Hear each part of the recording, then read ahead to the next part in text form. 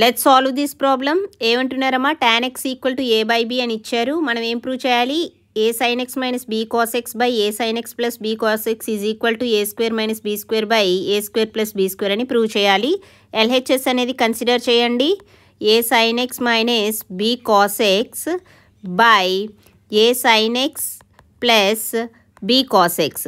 Okay, so numerator and డినామినేటర్లో cos X అనేది common తీస్తే కనుక ఏమవుతుందమ్మా, a sine X by cos X minus B by డినామినేటర్లో కూడా కాస్ ఎక్స్ అనేది కామన్ తీస్తే A sine X by cos X plus B.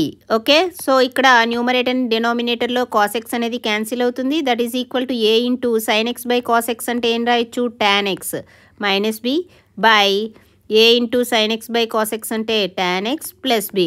Tan X అంటే వాల్యూ ఏమి ఇచ్చారు ఇక్కడ, ఏ బై బి ఇచ్చారు కదా. So A into A by B అంటే A square by B minus B by అదేవిధంగా ఏ ఇంటూ టాన్ ఎక్స్ అంటే ఏ by B కాబట్టి A square by B plus B అవుతుంది. దట్ ఈజ్ ఈక్వల్ టు న్యూమరేటర్లో LCM అనేది B అవుతుంది, A square minus B square by B.